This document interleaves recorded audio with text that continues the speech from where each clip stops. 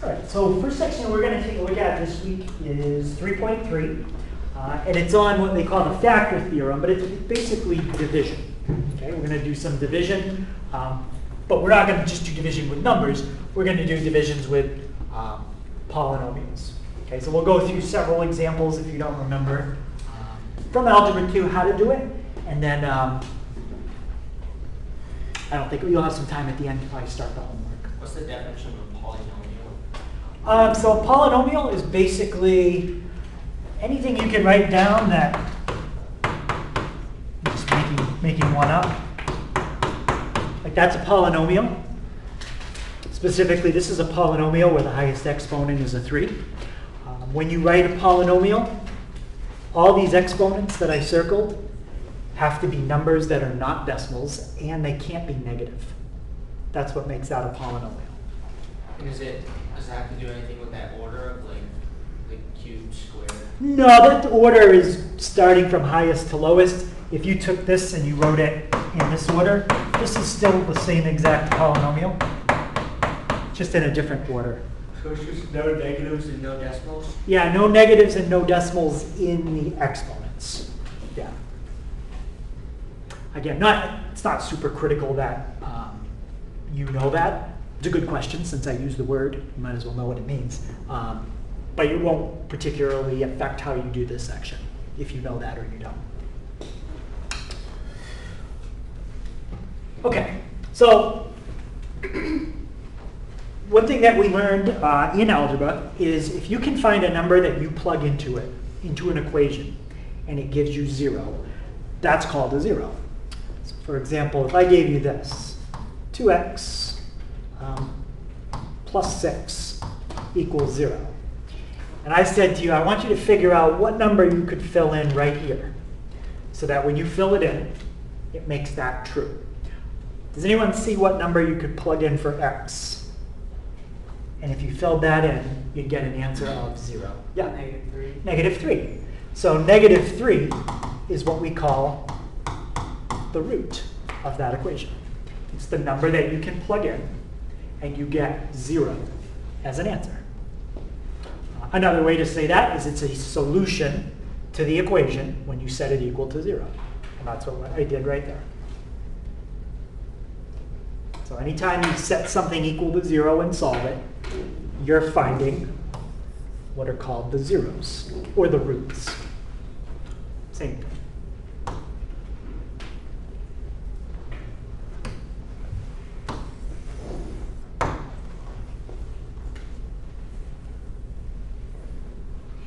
So what we're going to do is we're going to use long division to help us figure out roots of polynomials. And I'll show you how that works.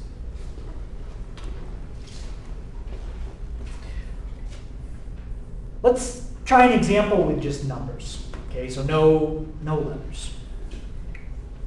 So let's say that I want you to factor the number 12. To factor a number means to write it as a product of two numbers. I want you to write 12 as something times something. And I'll give you a hint. 3 is a factor of 12. So that's one of the numbers I want you to use. How could you figure out this other number? 12 divided by 3. Right. If you take 12 and you divide it by 3, that gives you 4. And that tells you the other factor. So if you know that 3 is a factor, it means 3 times something would give you 12. To solve for the something, you divide each side by 3, and you get 4. So as long as you know one factor of something, you can figure out the other one by using division. Okay, what's going to be a little bit different is we're going to be doing divisions not with just numbers, but we're going to do it with polynomials. Yeah? So how do you find how do you know one number of the factor of like a big number? Like how would that work for like a massive number? To figure out a factor of it? Yeah. Because like you would just find the factor and you would find both numbers, but how would you find just like one number? So essentially, if I was going to do it, I would probably write a computer program that tries every number from 1 to 200, because a computer can do it in less than a second. So if I was going to do it, I'd use like a calculator that can do it. Yeah. It might not seem like it's that efficient to guess numbers, and it's really not for a human, but a computer could check, millions of numbers in less than a second. Does our calculators do that or no? Yeah, I think there is a program built in that you can find greatest common factors. Where is it though? Number, greatest common denominators. There might be a GCF somewhere. Least common multiple. Yeah. If you can find least common denominators, you can work with least common factor. Yeah, there's different ways you can find it. But if that calculator doesn't do it, you could easily make it so it does. Yeah. All right, so any question on that idea of I give you a number as a factor, you divide it, it gives you the other factor. All right, so what if I said to you, I want you to factor the number 30, and I'll give you a hint that 2 is a factor. Not as interested in what the question mark is, but tell me, how would you get the question mark? Yeah. 30 divided by 2. Yeah, you have to use division. Take 30, divide by what you know is a factor, and you'll get the other factor. So now, let's say, again, just watch me do this. Say you had x squared plus, let's do 5x plus 6. And I wanted you to factor that. I'll give you a hint. X plus 2 is a factor. How would you get the other factor if I told you x plus 2 is one of them? Yeah? You would divide x squared plus 5x plus 6 divided by x plus 2. Yeah, you do exactly the same thing. Take what you know is a factor, divide it into what they gave you, and you will get the one that you don't know. That's what I'm going to show you how to do right now. How do you do this division? Okay, but it's the same concept as numbers. And that would give you the question mark. So that gives you the question mark.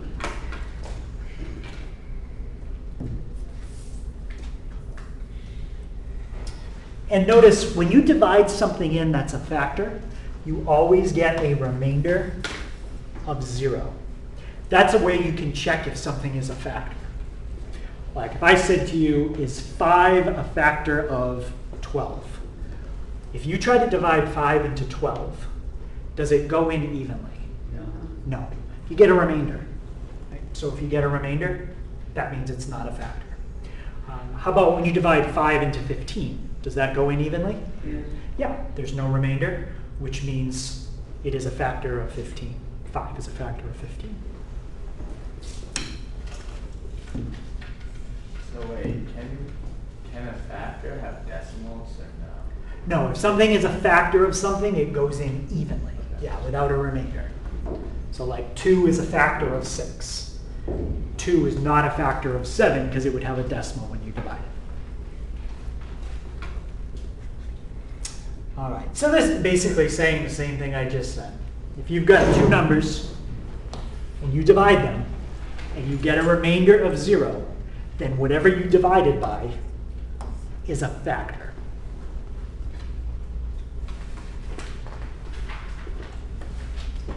How about if we took 30 and divided by 5? What would the remainder be? Yeah. 6. That's the quotient. Oh, okay. But what would the remainder be when we take 30 and divide by 5? 0. 0. There's no remainder because it goes in evenly 6 times. Yeah.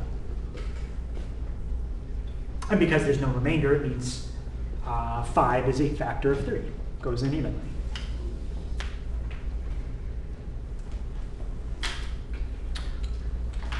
Okay, so why do we take something like, I think this is what I had before.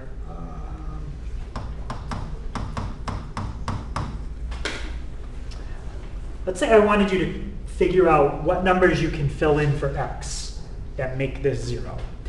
What do you call those numbers again? The numbers that you plug in and you get an answer of 0? The roots, or the zeros. It's kind of hard to figure out the numbers you can plug in like that. But if I take that and I factor it,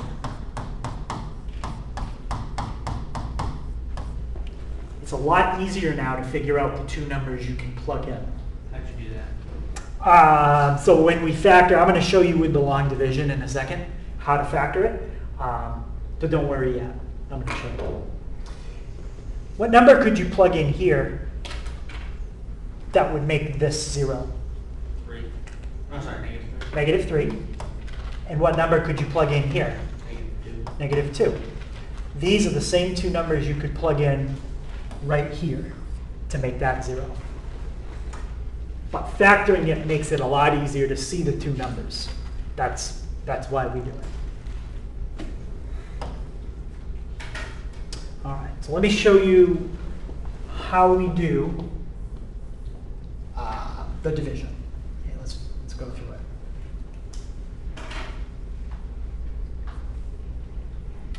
Okay, the division has four main steps to it. Just like long division you learned when you were in like whatever grade they teach that. Divide, multiply, subtract, bring down.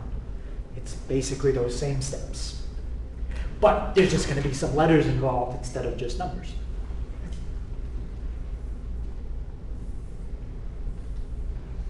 Okay. So here are the steps. First thing is, if you're not familiar with the terms, we need to make sure we understand those first. So when you have a fraction, you can call the top the numerator and the bottom the denominator. But there's other terms, and sometimes people aren't sure what they mean. There's divisor and there's dividend. When you write a problem with long division like that, this is the dividend. The thing that's on the outside, that's the divisor. And so just to make sure we understand which word goes where.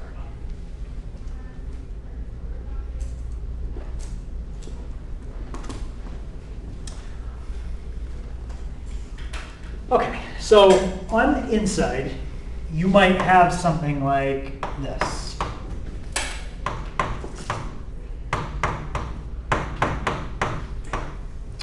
What's the highest exponent that's underneath that division symbol? Cube, or x cubed. You have x cubed, so the highest exponent's a 3. Do I have a term there that has an exponent of 2? Mm-hmm. Yep. Do I have a term there that has an x to the first power? Yes. No. No. Doesn't it assume that 4 has, an x? X to the first. Yeah. I'm missing the x to the first term.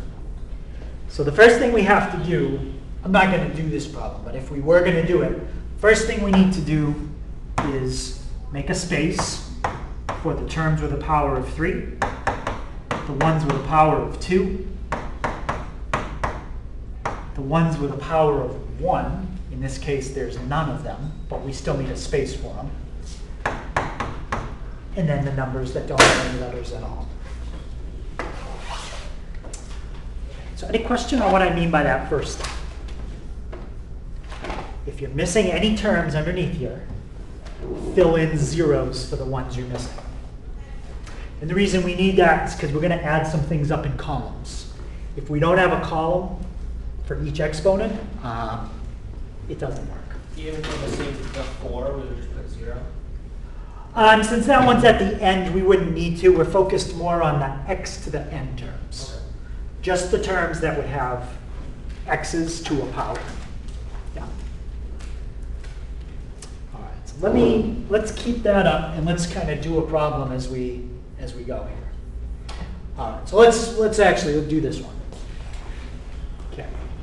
So my dividend is x cubed minus 8x plus 3. Am I missing any x to a certain power? X to the second. I'm missing the x to the second. So we need to fill in a 0 for that one. So this is going to be on the outside. The x to the cubed is fine. X to the third. How do you figure out if you do a plus or a minus? Well, it doesn't matter. I just do plus. Why does it not matter? Because adding 0 or taking away 0 is the same thing Yeah, no. from a number.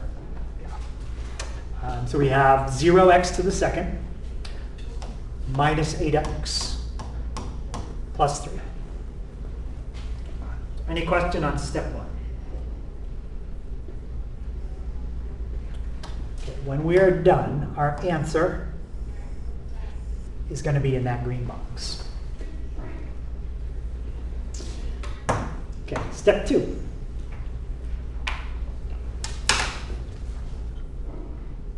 Sorry about that. We're going to divide the first term of the divisor, that's this, into the first term of our dividend. That's that. You get that Yeah. x minus 3. What's that? How'd you get x minus 3 for The x minus 3? Yeah. That was given to me in the original problem right there. So x minus 3 was just the question that you asked.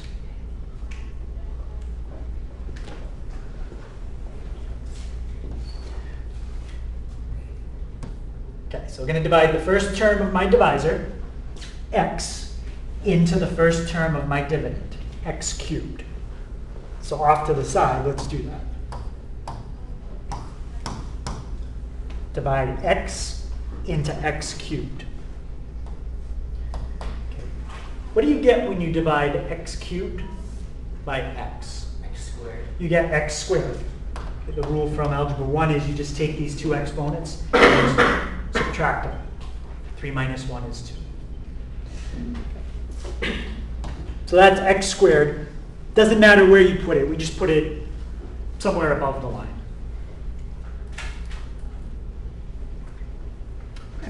Any question on step 2? Okay, let's look at step 3. Take the answer that we just got in step 1. I don't know why some of this kind of moved. Take the answer that you got in step 1, which is x squared, and you're going to distribute that back out to each term. And when you do that, you're going to put your answers in the correct column. That means if you get any x cubes, they go in the first column. If you get any x squareds, they go in the second column. All right. What is x squared times x? That's x cubed. And what's x squared times negative 3?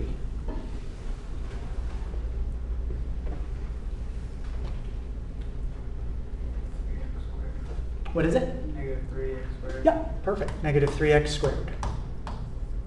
That's all you do for step 3. Take your answer that you just got and multiply it back out.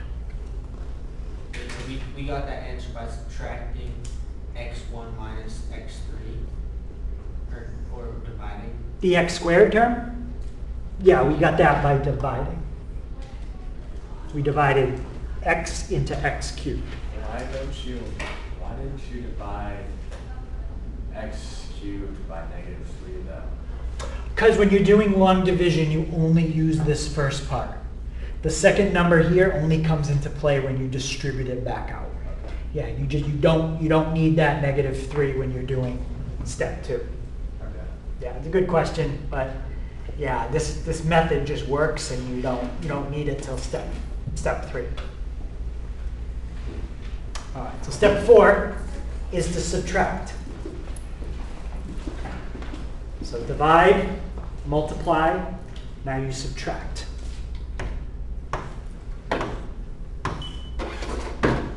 Okay. What you're going to subtract is what you just did in step, that should actually say multiply, subtract the columns, that's really from step 3.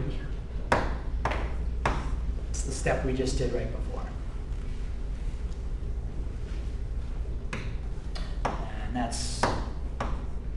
that was step 2. I think everything slid a little bit, so my steps were off by 1 for some reason. And that looks fine. Okay, so let's subtract.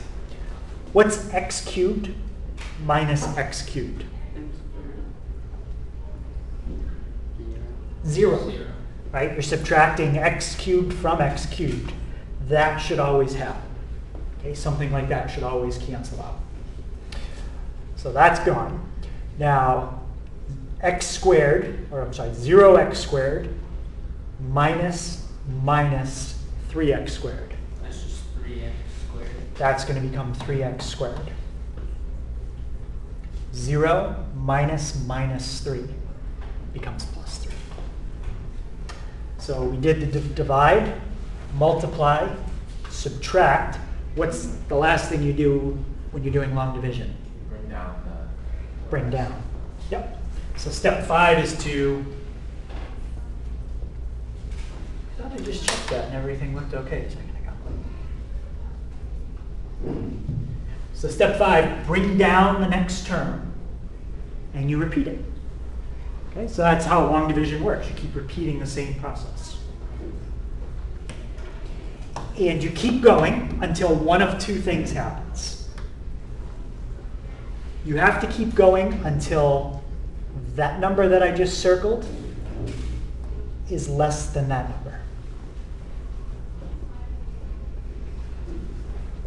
So what number? Let me show that again. Yeah.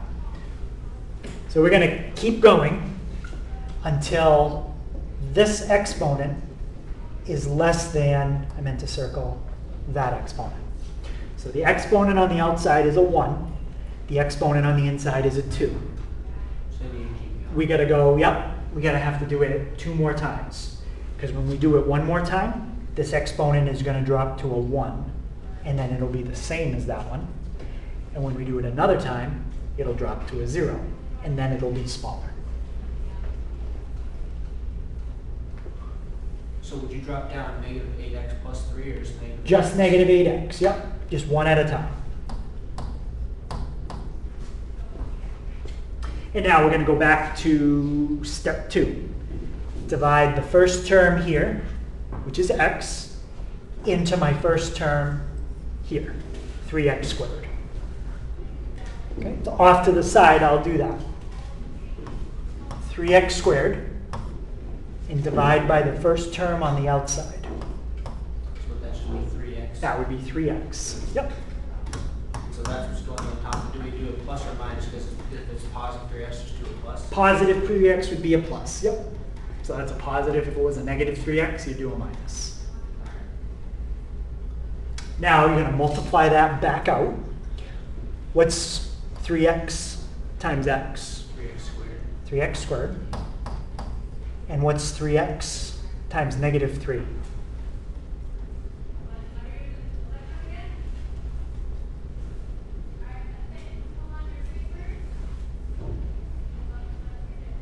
I don't else think they know. 3x times negative 3.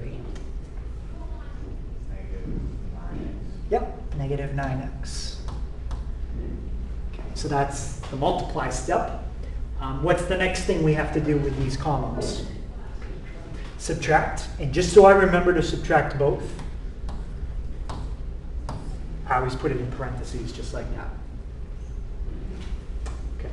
What's 3x squared minus 3x squared? 0. So that's gone. All right. Now be careful with this step. Negative 8x minus 9x. Yes. It's just going to be x. Okay. What's the exponent on x, even though it's not written? 1. It's a 1. What was the exponent on the outside? 1. It was a 1. So we're getting there. It started with a 3, then it went to a 2. Now it's a 1. This will be the last time, and then it'll be a 0. Okay. So now step 5, bring down the next term. Plus 3. Okay, and do it again. Take the first term on the outside and divide it into the first term on the inside. So you have x divided by x. And what does that give me? 0. 1. Oh, it would just be x. X divided by x is just x. X divided by 1 is x. That's the only way you can divide two things and have it stay the same, if you divide by 1. But we're not dividing by 1. So we're dividing two things that are the same. Square root of x. What do you get? Like if these were numbers, 5 divided by 5. So that would just be x. 1. When you divide two things that are the same, Yeah, how 5 is it? divided by 5 is 1, but so x divided by x Would be 1. would still be 1. Because you're dividing two things that are the same. Oh, it's how many times x goes into x. Yes, it's how many times x goes into x, I got you. which is 1 time. So what's in that green box now? That is my quotient. Now let's finish it off and then we'll get our remainder. So multiply the 1 back out. What's 1 times x? 1x. And what's 1 times negative 3? Negative 3. And subtract. So you can see what happens in a long division problem. It goes down and to the right. That's kind of how the work always ends up. Okay. What's x minus x? 0. Good. So that's gone. And then plus 3 minus 3 equals 0. Careful. It's 3 minus minus 3. So that would be 6. 6. And what do you think that 6 is? Our remainder. That's my remainder. Yep. So when we write our answer to this problem, quotient and remainder, the quotient is x squared plus 3x plus 1. And the remainder is 6. Now, since I got a remainder of 6, when I divided that into that, do you think x minus 3 is a factor or is not a factor? No. It's not a factor. Why not? It has remainder. It has a remainder. It didn't go in evenly. What does go in evenly? Well, for this problem, we're not worried about figuring that out. But I can tell you it's not x minus 3.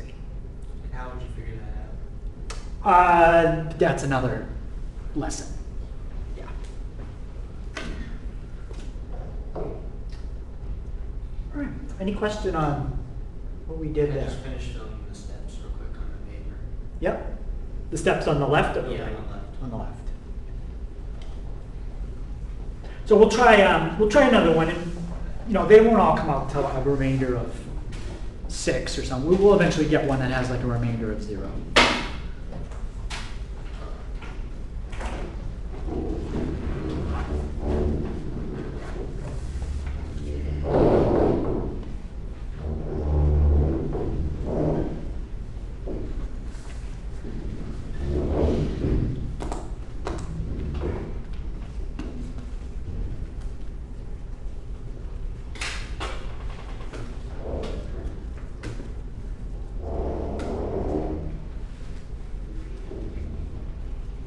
Anyone need to copy anything else?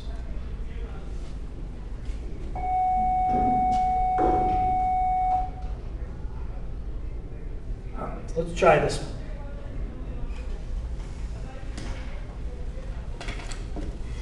Okay, what have I already done for you in this one that you had to do last time yourself? You make sure that There's X the bar. dividend has all the columns. All the powers. Powers. Yeah. 4, 3, 2, 1, and then it's not there at all. Yeah. If you were missing those, you'd have to fill it in. It looks a little bit bigger because I already filled them in for you. But the fact that we have 2 zeros, that's going to make some of the arithmetic faster. Okay. What's the first term on the outside?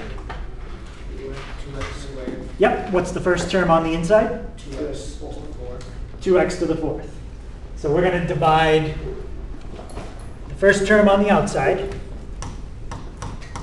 into the first term on the inside. When we divide those, what cancels out? The 2's. And what's x to the 4th divided by x squared? X. Squared. Yep, x squared.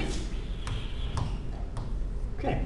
Now take that x squared and multiply it back out. What's x squared times 2x squared?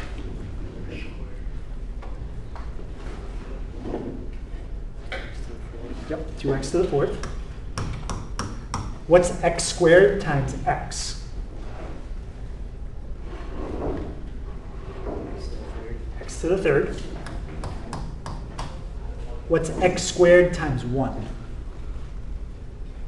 X squared. X squared. And now, what do we do with the numbers in each column? Subtract them. Don't add them, subtract them. What's 2x to the 4th minus 2x to the 4th? 0. That's gone. What's negative x cubed minus x cubed? If you did negative x cubed plus x cubed, you'd get 0. Negative 2x cubed. Mhm. Negative 2x cubed. And what's 0x squared? Take away 1x squared.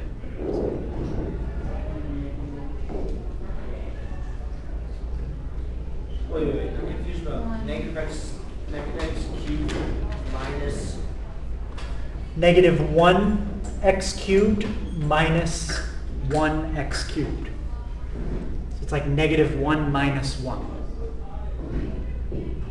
Negative 1 minus 1 is negative Okay, I got it. 2. Yep. And then what do we say? 0x squared? Take away 1x squared. Negative x squared. Negative x squared. All right. And what's the next thing I do to start my next round? Divide 2x squared by negative 2x to negative 2x cubed. Before we do the division, one thing we have to do. Drop this OX. Bring down the 0x. I know it's just a 0, but it's easier if we bring it down. All right. You do the 2x squared divided by negative. So negative 2x cubed in the top. Oh, okay. Yeah, this one always goes in the top, and then that's what you're dividing by. It goes in the bottom. Okay. What's negative 2 divided by positive 2? Negative x. So definitely a negative. And what's x cubed divided by x squared? X. So that's minus x. Okay. Now distribute it back out. What's negative x times 2x squared? Negative 2x cubed. What's negative x times positive x?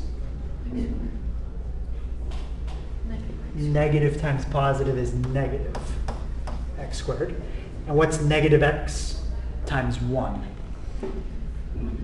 Negative 1x. Okay, and now what do we do with those columns? Subtract them all. So I put it all in parentheses because it's like you're subtracting everything. What's negative 2x cubed minus 2x cubed? 0. What's negative x squared minus x squared? That's also 0. Because two things canceled at the same step, we're done now. We just have to finish it up and write our remainder. What's 0x minus x? Just 1x 1x. or x. Minus 2. And then we have a minus 2. What's the exponent on the x? 1. What was the exponent on the outside? 2. 1 is smaller than 2, so we're done. And the reason that one went a little quicker is because two things canceled at the same time. If that hadn't happened, we'd have to do this another time. Okay, so what's my quotient? X squared minus x. And my remainder? X minus 2.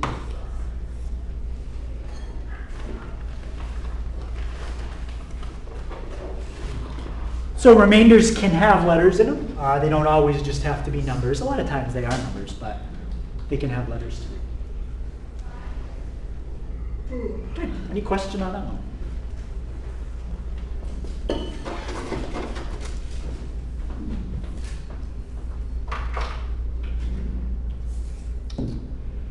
All right. Doing that. So let's say that all you want to do is quickly figure out a remainder. You don't care about the quotient. Well, there is a quick way to figure out the remainder. Sometimes. Depends on how complicated the problem is. As long as your problem, you can have anything you want in the top. But the bottom has to be x minus a number. As long as the bottom is only x minus a number, I can show you a quick way to figure out the remainder. And why would you want to know the remainder?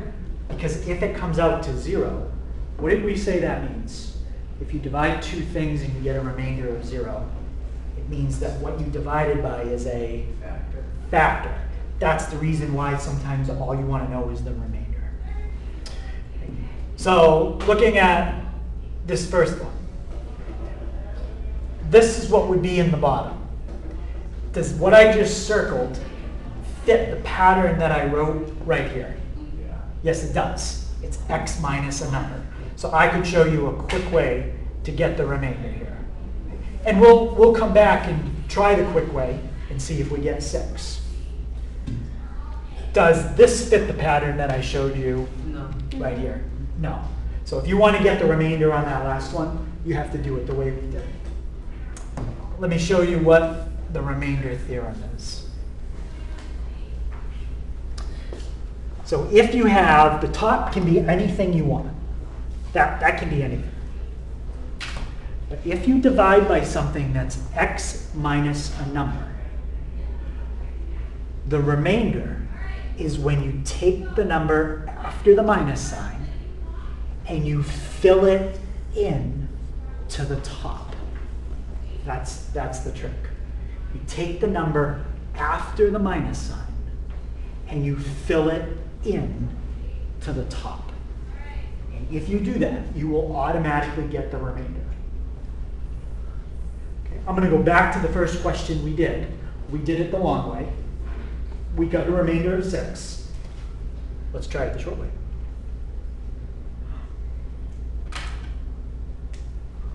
Wait, what does C stand for? C is the number that would be in the box. So like in this problem right here, if I wrote this, C would be 3. It's the number that comes after the minus sign that's in that box. So take the number after the minus sign and fill it into, that's the top. That's what was in the top of your fraction. Let's go back to the first one and try it. Okay, what's the number that's after the minus sign in this one? 3. Let's take 3 and fill it in for x. This is what would be in the top. That's called your dividend. That's the thing in the top. Numerator is another word. So let's plug in 3. 3 cubed minus 8 times 3 plus 3. And remember, what we're supposed to get for a remainder was 6. Let's see what happens. What's 3 times 3 times 3?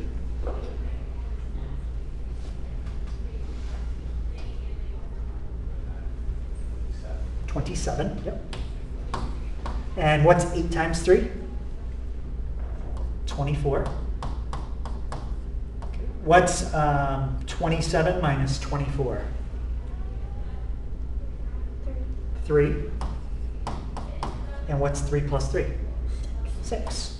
And what was the remainder we got when we did it the first time? 6. Yep. So that's a quick way to find the remainder. Take the number after the minus sign and fill it in for the x, and you'll get the remainder.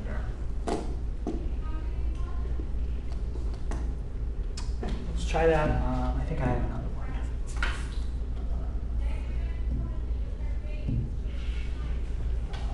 Okay, so this one says, find the remainder when f of x is divided by, I have two different problems, h of x and g of x.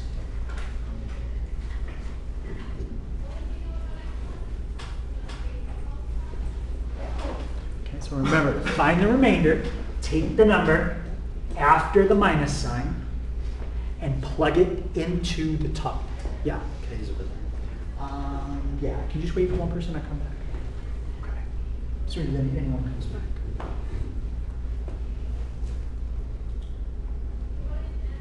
Okay, so the first one says take f of x and divide it by h of x.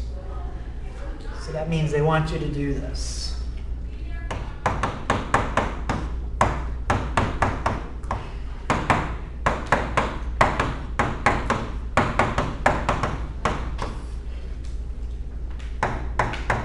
Okay, do they ask you to find the quotient?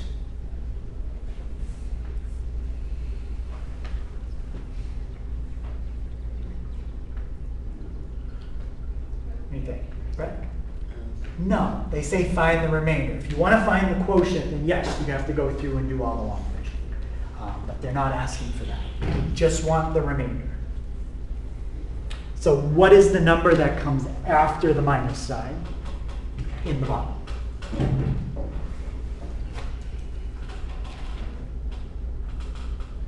3. And where are we going to plug in the number 3? Yeah, where all the x's are in the top. Yep. So we're going to do 3 cubed minus 2 times 3 squared plus 3 minus 5. Okay, 3 cubed, we did that earlier. That's 27. What's 3 to the second power? 9. 9 times 2 gives me 18. Well, why wouldn't you plug in -3 since it's a negative? No, it's the number after the minus sign, Okay. not the minus sign itself. So Could it ever be a plus, or does that not work? it could be a plus. Yes, we're going to talk about that next. Yep. We're going to have to fix that when we get to it.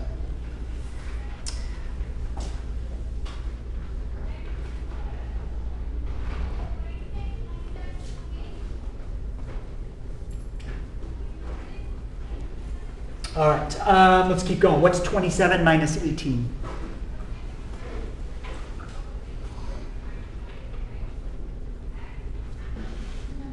Yep, that gives me 9. And 9 plus 3 is 12. And 12 minus 5 gives me 7.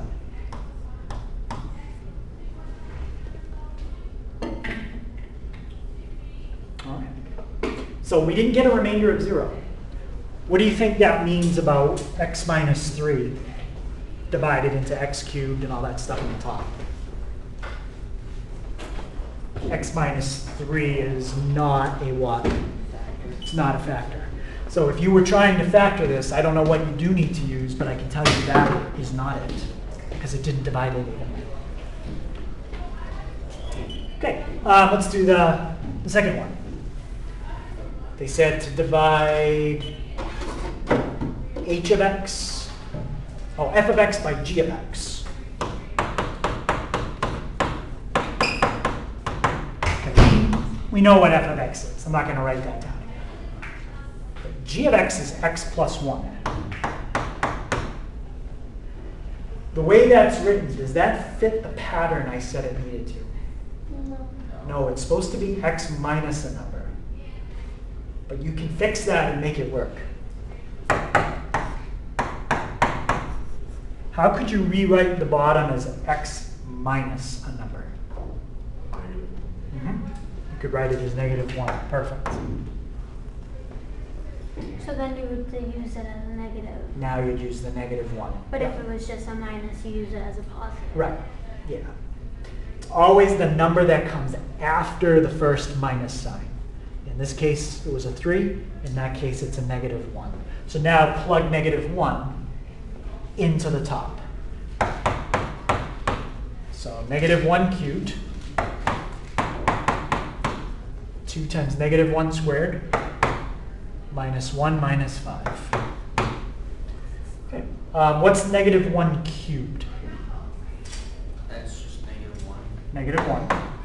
What's negative 1 squared? 1. 1 times negative 2? Negative 2. Okay. What's negative 1 minus 2? -3. And negative 3 minus 1? -4. Negative 4. -9. Negative 9. What was the original problem for this? Can I see that? Yep.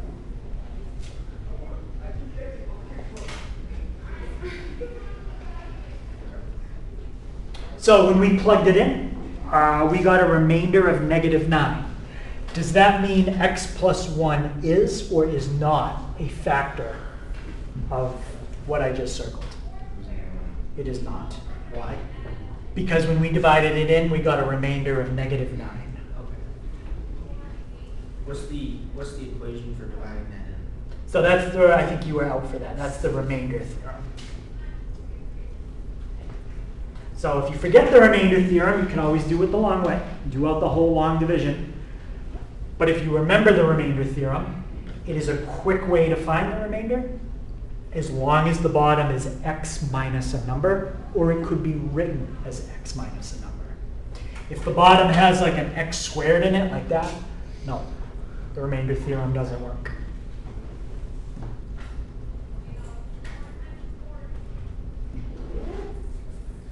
Will you do that? Do you have more problems like that?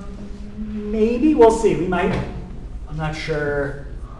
Yeah, we don't have that much more, so I might do another one of those. Yeah, we'll see if I can squeeze one in. Yeah, I'll make one up. So let's do.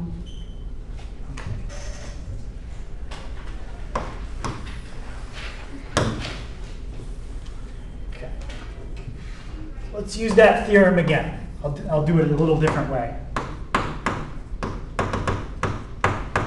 It says use the remainder theorem to show that x plus 2 is a factor of x cubed plus 5x squared plus 5x minus 2.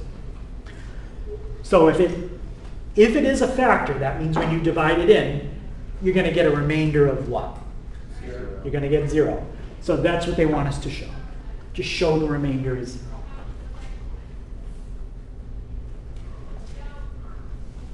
Okay, so this is what we're doing.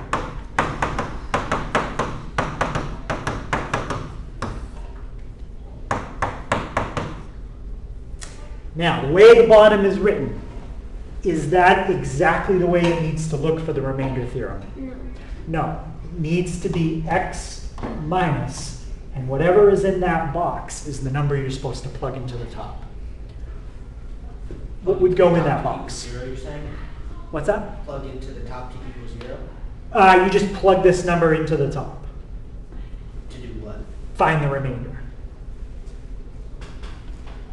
And So- how do we find that, what that number is? So what number would go inside this box? -2. Yep. So we're rewriting the bottom so that it's x minus a number. Okay. Oh, why is it -2? Is it just... Because x minus minus 2 becomes x plus 2. Oh, okay. Okay, so let's plug -2 into the top, and let's see what happens. 5 times -2 squared.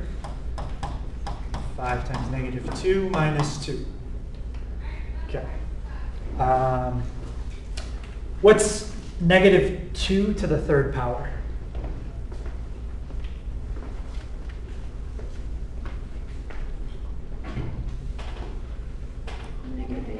-8. What's -2 to the second power? Or sorry, 4. 4 times 5, 20. What's 5 times -2? Is Negative. -10. What's negative 8 plus 20? 12. That's 12. And what's 12 minus 10? 2. And what's 2 minus 2? 0. 0. And that 0 is my what? Remainder. That's my remainder. So what does that mean? Because this went into that evenly. It's a X factor. plus 2 is a factor. Yes, x plus 2 is a factor. So now, since we know that, let's go back to the first thing I said. We know that x plus 2 is a factor. Okay, x plus 2 is a factor. How would you find the question mark? Oh, by dividing that equation to the left of the equal sign by x plus 2. Exactly. Well, I'm not going to do that out, but that's how you do it. And You divide each side by x plus 2, and you'd have to do the long division. And I already know what you'd get for the remainder. It would be 0. I don't know what you'd get for the quotient. I'd have to do it out. But that's how you'd find the question mark. so in the test, what would it be asking us? Would it be asking us if x plus 2 equals, like, has a remainder of 0? Or is it going to ask us to solve for the factors? Well, I'm going to have you do some long division, so that would be like solving for the factor. Yep. And I might ask you to show that this is a factor or is not a factor using the remainder theorem. Or I might just say, is this a factor or not? You just have to answer yes or no. So I'm confused. The question mark down there, Yeah. that would be the quotient? This would be the quotient if we found it, yes. Again, that's not really part of this problem, so I'm not going to do it. Yeah. This question just said, show that x plus 2 is a factor, and we did by getting a remainder of 0. But yeah, that would be the quotient. And it would work out nicely this time.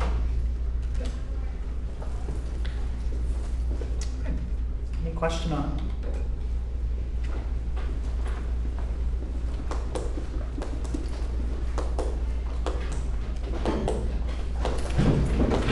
Okay, so the last thing. I've mentioned a few different words that kind of mean the same thing. I just want to kind of summarize that. When you say that a number is a root, or you say it's a 0, or you say it's the answer when you set your equation equal to 0, those all mean the same thing. Here's an example. Let's just say, what number could you fill in for x there? 2. Negative 2. So let me word kind of what's happening here. X equals negative 2 means negative 2 is the answer when you set the equation equal to 0. Negative 2 is a 0 of that equation. Negative 2 is a root of that equation. All three of those statements mean the same thing. A root or no root? In this particular problem, it is the root. One and only. Let's look at this one. I think I put on the board earlier something like this. Squared plus 5x plus 6. And I wrote it. C is the divisor, right? C is just any number. Yeah, C is just representing any number. So in the last one, C was, I think I did negative 3. Okay. Let's try this one.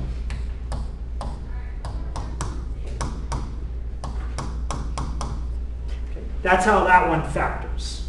You could check it by distributing it out. 2x plus 3x is 5x, and 3 times 2 gives me 6. What number could I plug in here that would make this first factor 0? Negative 3. And what about here? Negative 2. So I would say in this case, negative 3 and negative 2 are the zeros of the equation. Negative 3 and negative 2 are the roots of the equation.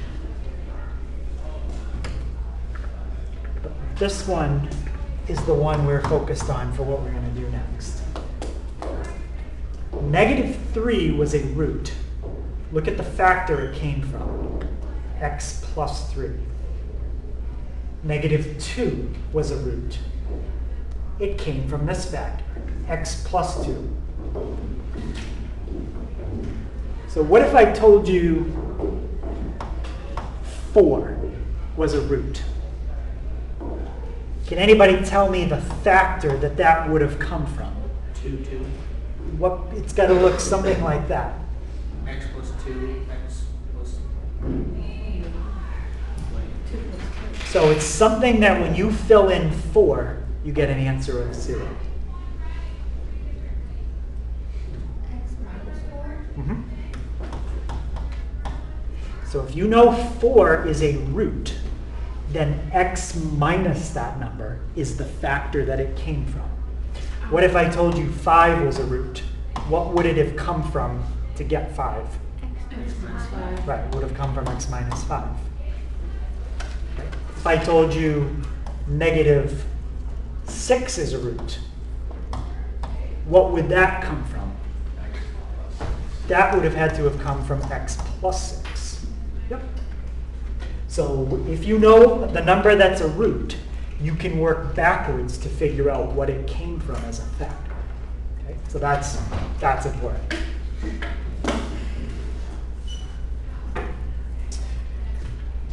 Okay. And the last thing, let me connect this with a graph. Let me type in x squared plus 5x plus 6. So x squared plus 5x plus 6. And pay attention to these two numbers. Let me make that a little easier to see. Okay, can you draw a picture of that? X squared plus 5x plus 6. Where does it cross the x-axis? Negative 2 and negative 3. -2 and -3. -2, -3. So once you know the roots, you automatically know these 2 points. And what do you call these on a graph where it crosses the x-axis? Intercepts. Those are called the x-intercepts. So let me just get rid of that. There we go.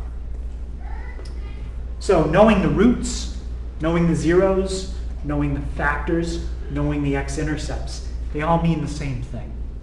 It's just different ways of thinking about it.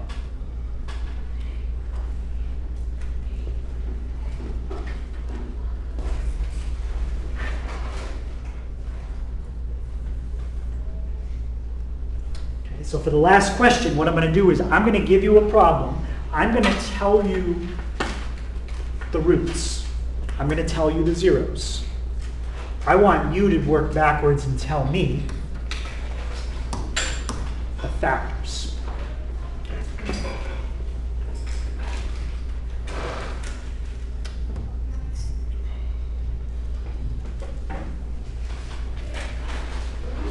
Okay. So it says, find a polynomial. The exponent in it is going to have a 3 as the highest exponent. So that 3 is a hint at how many sets of parentheses you're going to need to write. DEG. Degree. So find a polynomial of degree 3. We're not dealing with imaginary numbers, so we haven't been all class. So that's why I'm just saying that to be clear. So it won't be any imaginary numbers. And I know that -2, +1, and +3 are the roots. Let's start with -2. What would -2 had come from? X plus 2. It would have come from x plus 2. So that's one of the factors. What would 1 have come from? X minus 1. That would have come from x minus 1. To be for volleyball. Yep, that's fine. Just sign up, and the video will be online in like 10 minutes. And what would the 3 have come from? X minus 3. X minus 3. So now all we need to do is do that out, and that's our answer. What's x times x? X squared. X times -1?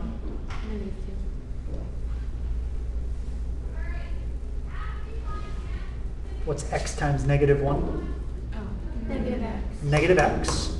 What's x times 2? 2x. What's 2x and a negative x? 1x.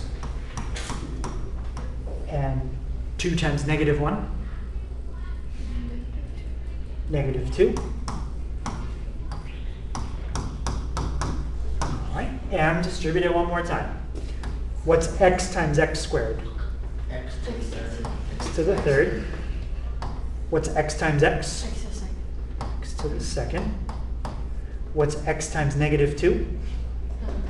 Negative 2x. Negative 2x. What's negative 3 times x squared? 3x. Negative 3. Negative 3x squared. 3x squared. What's Why negative? Oh, okay. What's negative 3 times Negative positive 5x. x? And negative 3 times negative 2? 6x. No, plus 6. Just plus 6. Okay, so we get the x cubed. What's x squared? Take away 3x squared. Negative 2x squared. What's negative 2x and negative 3x? Negative 5x. Negative 5x.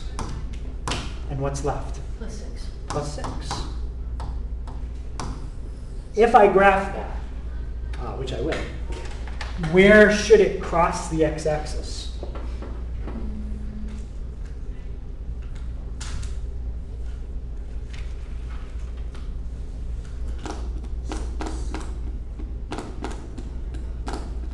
Negative 2 and negative It will cross at negative 2. That's one of them. 5.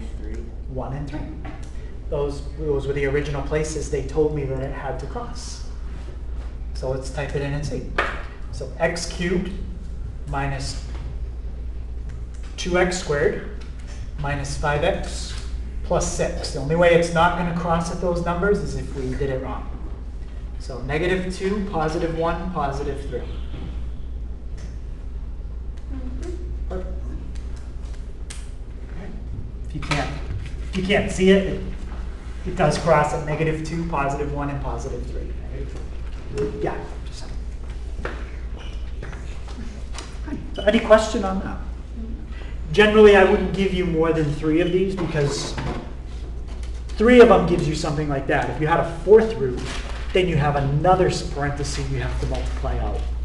Then it starts to get kind of a lot.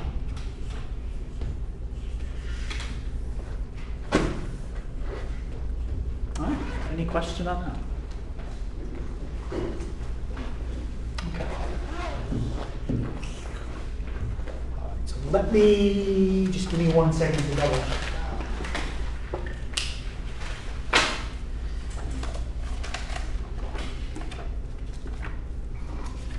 Might change one question. Let's see.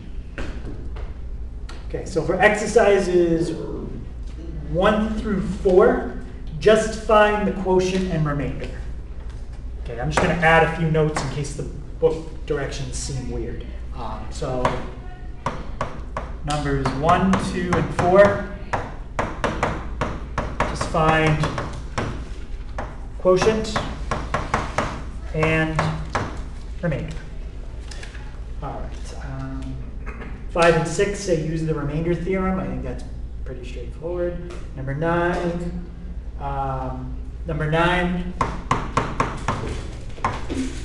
Use remainder theorem. They talk about something called the factor theorem. I did it a little bit different so we could do another remainder theorem. So that's fine. Let's see. Find zeros by factoring. That's okay. 17. 19. Okay. I would use the calculator. 20. I would also use the calculator. 25. I would use the calculator. 32. 32 says find a polynomial with certain roots. That's like what we just did on the board.